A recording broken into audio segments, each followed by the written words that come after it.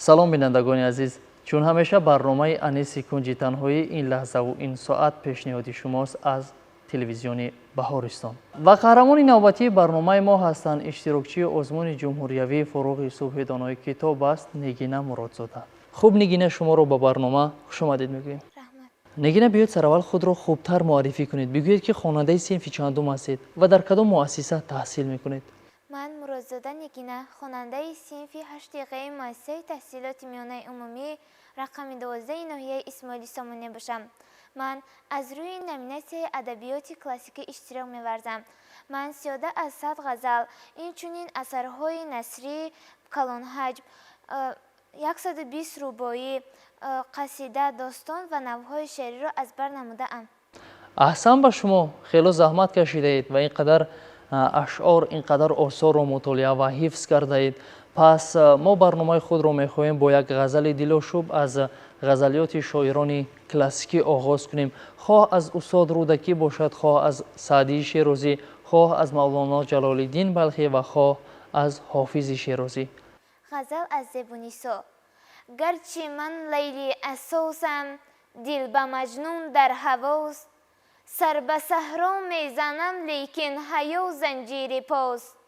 بلبل از شاگردیم شد همنشین گل به باغ، در محبت کاملم من، پروانه هم شاگرد ماست.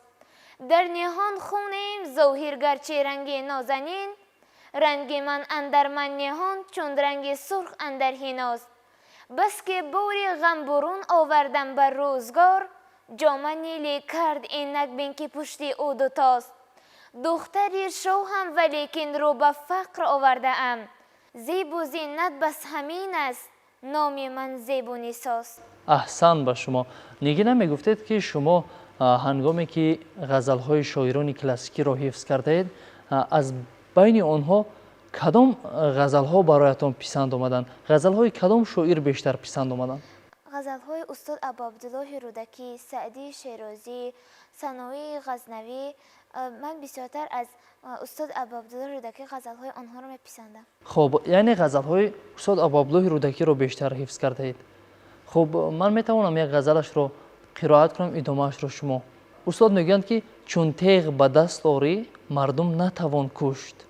نزدیک خداوند بدین نیست فراموش، این تیغ نه از بهر ستمکاران کردن، انگور نه از بهر نبیذ است به چرخوش. عیسی بره دید یکی کشته فتاده، حیران شد و بگریفت به دندان سری انگوش. گفتا که کی را کشتی تا کشته شدی زار، تا باز که او را بکشد آن که تو را کشت. انگشت مکن رنجه به در کفتن کس، تا کس نکند رنجه به در کوفتنت مشت. احسن. خب شما از سعدی شیرازی غزل حفظ کرده اید؟ بیاید یک غزل از سعدی شیرازی بهر ما قرائت کنید. به حدیث در نیایی که لبت شکر نریزد، نشمی که شاخ تو با بسی تیزه بر نریزد.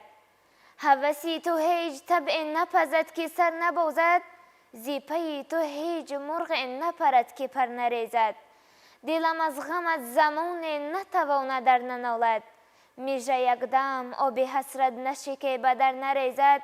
که نه من ز دستی خوبان نبرم به عاقبت جان، که تو زی من خوبتر بر نریزد. دور ار لفظ سعدی زی فراز بحر معنی، چه کنم که به دامن دور به دوست بر نریزد. احسن. خوب نگینه، شما چند سال باز در آزمون اشتراک میکنید؟ من طول 3 سال است که در آزمون جمهوریوی فروغ صبح دانایی اشتراک می‌ورزم. شما چقدر رباعیات ها میدونید؟ من زیاده از 100 رباعی میدونم. خب پس بیاید یک چند تا رباعی برای ما قرائت کنید. جایی که گذرگاه دل محزون است، آنجا 2000 نیزه بالا خون است. لیلی صفتان ز حال ما بخبرند، مجنون داند که حال مجنون چون است. بی روی تو خورشید جهان سوز مباد، هم بی تو چراغ عالم افروز مباد. با وصل تو کس چو من بدآموز مباد، روزی که تو را نبینم آن روز مباد. احسن. شما از آثار نثری کدام اثرها را مطالعه کرده اید؟ من زیاده از 13 کتاب‌های نثری را از بر نموده‌ام که به آنها داخل می شود گلستان، توتی نامه، بهارستان، ابو مسلم نامه، سمک ایار و غیره ها. بیایید از بهارستان عبدالرحمن جامی یک تا حکایه نقل کنید. شاعر نزد طبیب رفت و گفت دلم درد میکند. طبیب گفت در همین روزها یگان شعر در دل گفته ای؟ شاعر گفت بله. گفت بخوان. خواند و گفت باز بخوان و خواند و بار دیگر گفت بار آخر خواند و او خواند و طبیب گفت برخیز که تو نجات یافتی. این بود که در دل تو مانده بود و وزنینی در دل تو میکرد.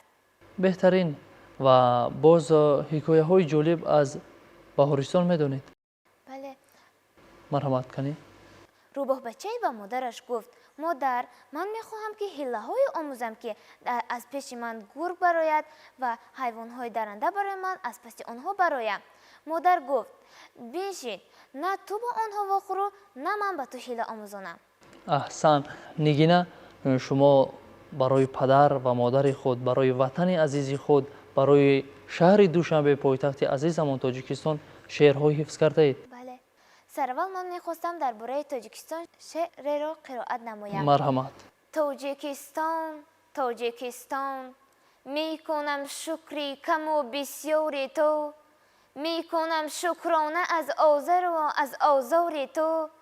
از تو من ثروت نمیخواهم، وطن هستی بس است، با خس و خورت برابر زندگی کردن بس است.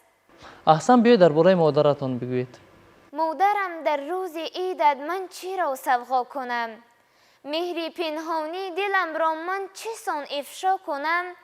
گرمتای تحفه بنمایم بگردد بینشان، دسته گل را برایت هدیه سازم تیز میگردد خزان. احسن به شما. خب در وصف دوشنبه شعر میدونید؟ مرحمت. عجب شهری دلارای دوشنبه، خیالم زیب دنیای دوشنبه. شدم سرسبز در آغوش مهرت، چو دل در سینه ام جای دوشنبه. بگیردت حلقه بسته کوهساران، تو را گردیده حامی و نگهبان.